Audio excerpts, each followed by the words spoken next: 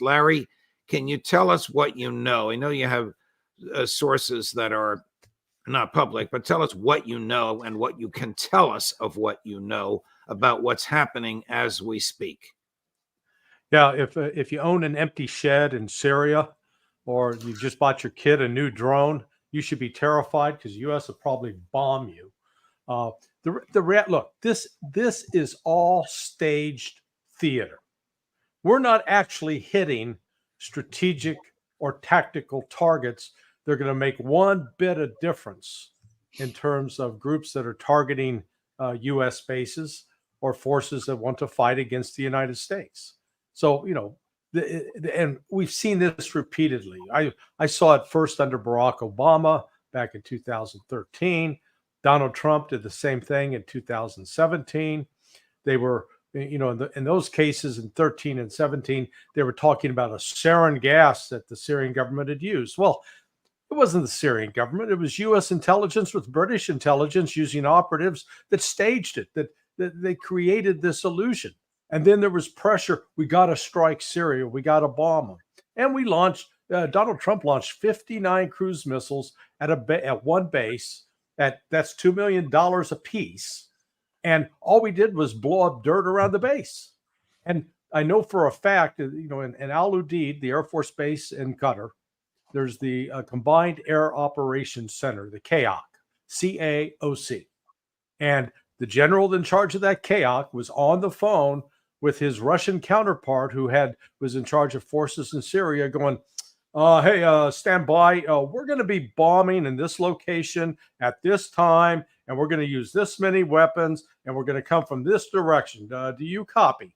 And the Russian would go, da, and then the Russians would tell the Syrians, and the Russians and Syrians cleared everything out, and the bombs came in, created a big cloud of dust, and we went, by God, we showed them. And that's exactly what's going on right now. All right, Ray, what is going on and why are they doing this, and what is the purpose and what is to be accomplished? Well, we need to be shown to be real strong, Judge.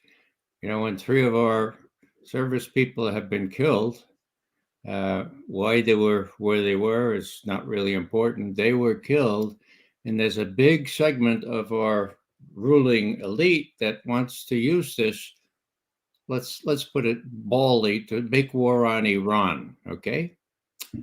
For Israel and for our distaste of Iran. Now, this, as Larry says, is not going to make any difference, okay?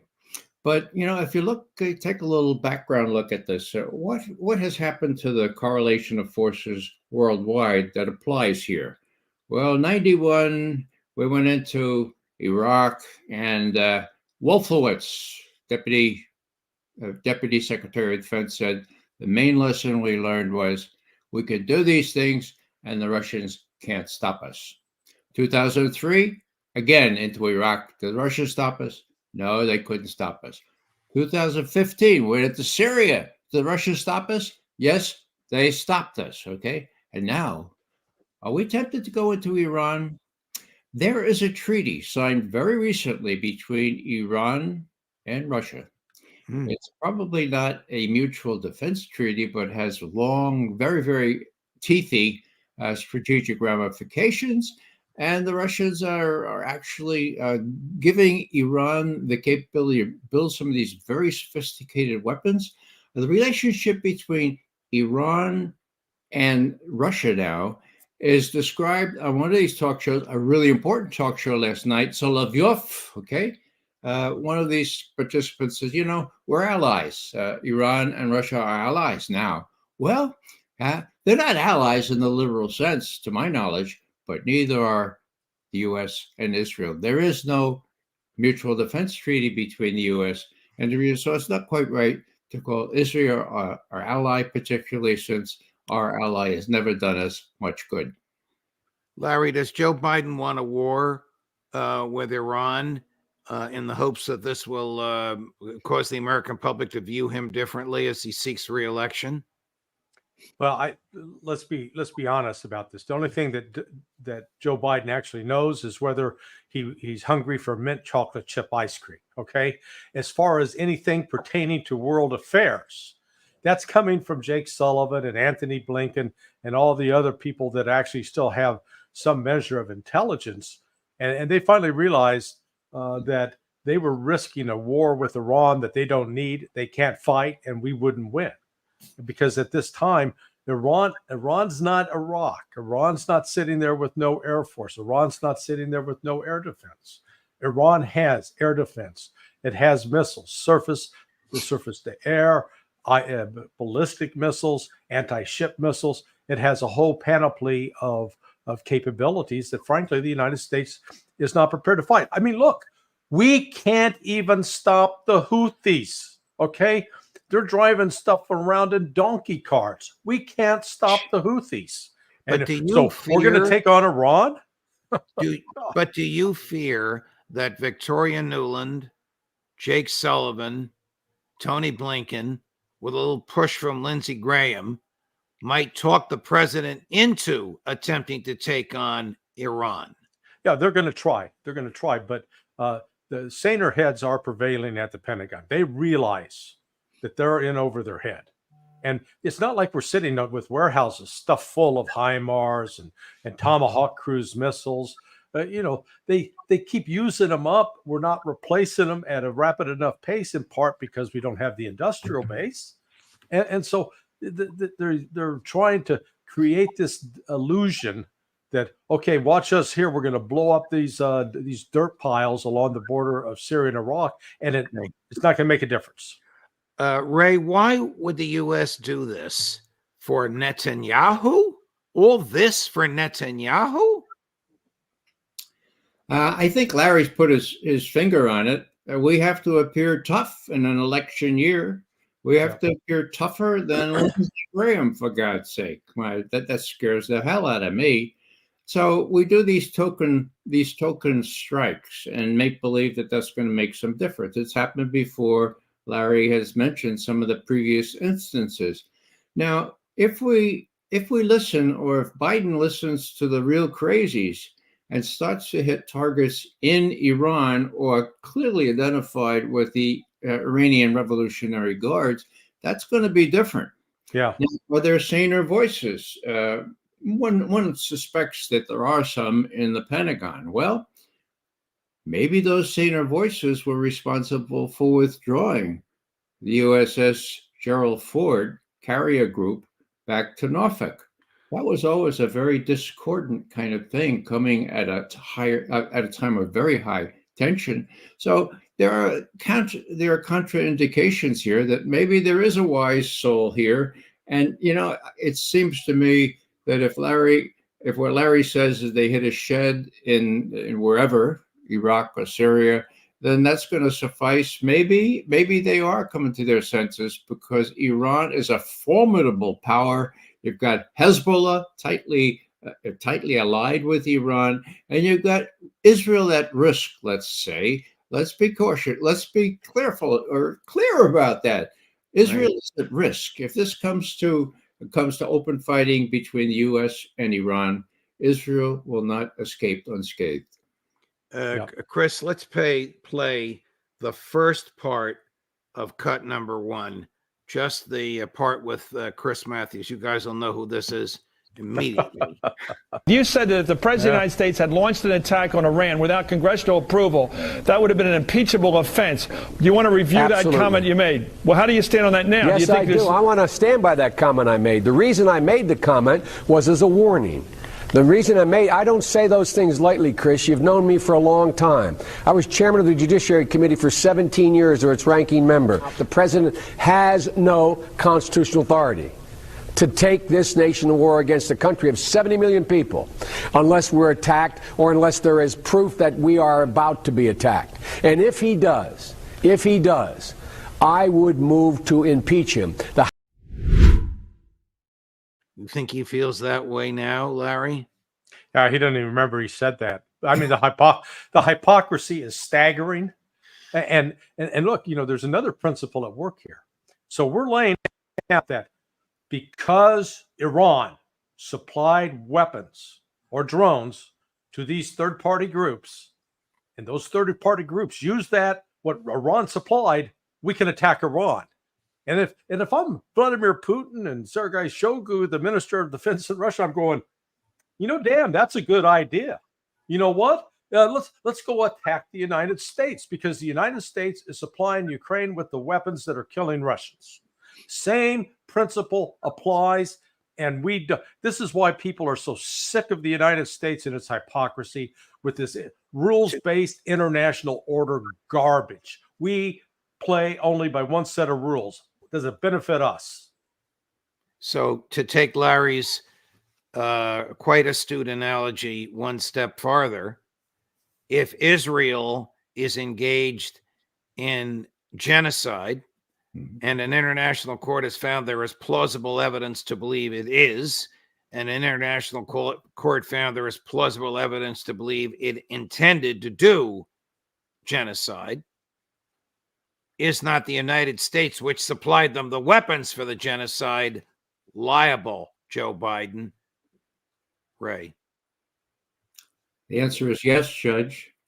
And not only that, I'm concerned mostly right now about famine, okay? Now, we could talk about all those good souls killed under the rubble in Gaza. How about the ones that escaped that? They have nothing to eat, all right? They have nothing to drink. They can't survive. What's the only hope? UNRWA, the United Nations Works and AIDS refugee. Yeah, right. Now, what do? We have pulled the plug on UNRWA now. Why? Well, because the Israelis told us that 6 of the 30,000 UNRWA employees were involved with Hamas. Tony Blinken was asked, is that true? He said, well, it sounds very plausible, but we have no independent verification.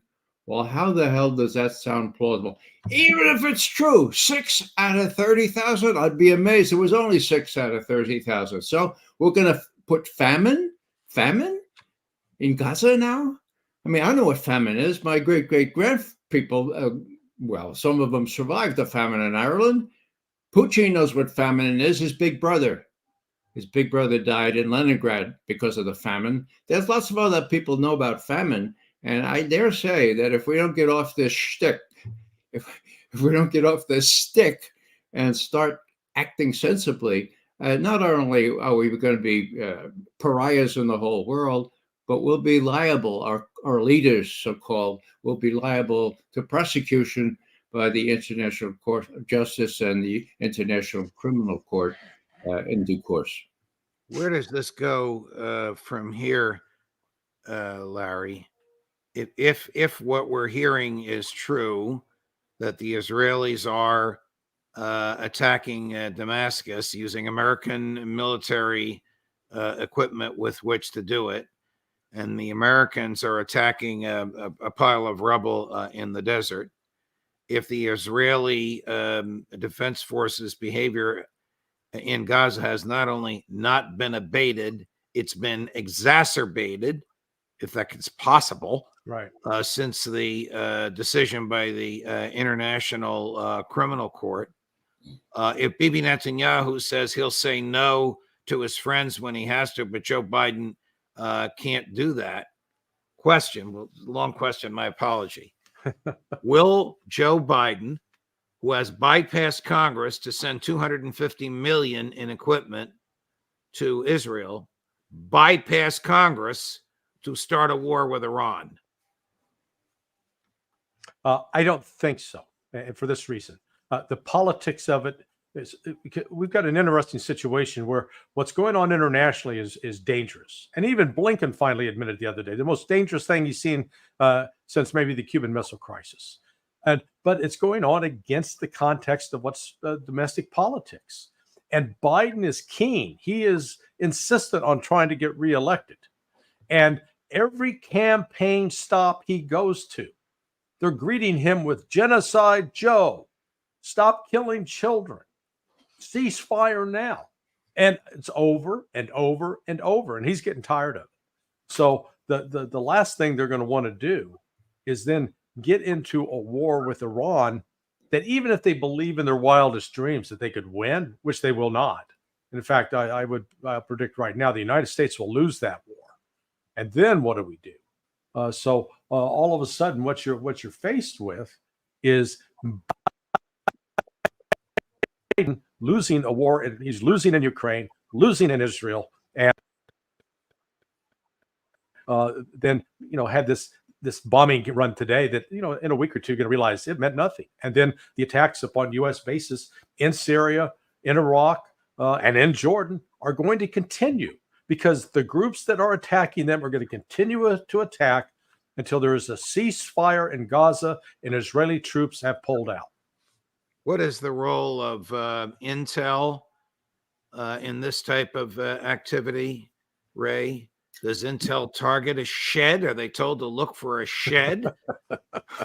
Yeah, the intel, insofar as it can pinpoint the proper shed to hit, that's the role they play.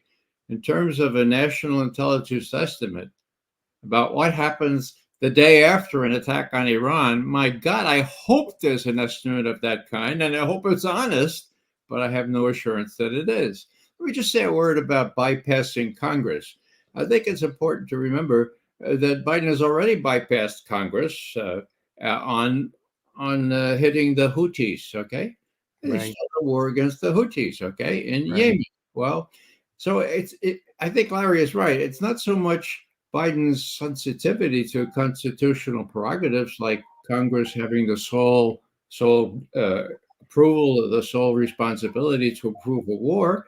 It's more a matter of fear, appropriate fear, of what the Iranians can do in response. Now, I don't think that Nuland or some of the real extreme neocons agree with that. That's why I think that it was a good sign that one carrier group got pulled out. So I think there's a Donnybrook going on in the White House or in Washington. I hope that the less extreme, I was going to say more moderates, I hope the less extreme people prevail, at least on Iran. Let me tell you what Colonel Wilkerson just told us about Marines in the Eastern Mediterranean, that some of them have been sitting there for so long doing nothing that their enlistment has ended. And they want to go home, and they can't. They're being forced re-enlisted, almost as if they were drafted. Well, Colonel Wilkerson said Rumsfeld did this during either Iraq or Afghanistan.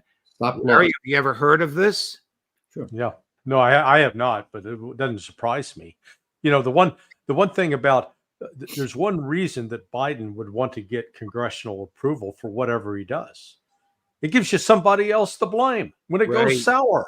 Right. I mean, that's sort of the beauty of the American system, that just you don't want to have one guy get you into trouble. You want to have a bunch of guys and gals that can get you into trouble, and let them all be responsible, even though they'll try to suggest, oh my God, we were lied to, or we didn't know. But at least there's that process. And here's Biden completely breaking with the Constitution and conducting military operations with outside his presidential authority. I want to play a clip for you now. The subject is a little different. This is Professor Jeffrey Sachs just about an hour ago, and I promise you that this statement was not written by Ray McGovern, even though it will sound like it was. When the CIA was established in 1947, it was established with two different tasks. One was intelligence, in other words, analysis, understanding the world. And the second was covert operations. And basically, the CIA has been a lawless extension of the White House and the Pentagon and the security establishment generally to do what it wants, when it wants, and there have been dozens and dozens, by a realist account, 80 or more covert regime change operations by the United States. Now, they generally end in disaster. These are coups or overthrows of government or destabilization of countries or other kinds of pressures on militaries of other countries and other means to bring down another government.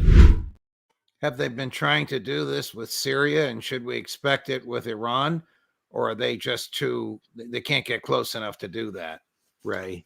Well, they've been trying really hard. I mean, $1 billion invested by the likes of Austin, General Austin, who was head of CENTCOM, and they came up with two, I repeat, two moderate terrorists who stayed in the game.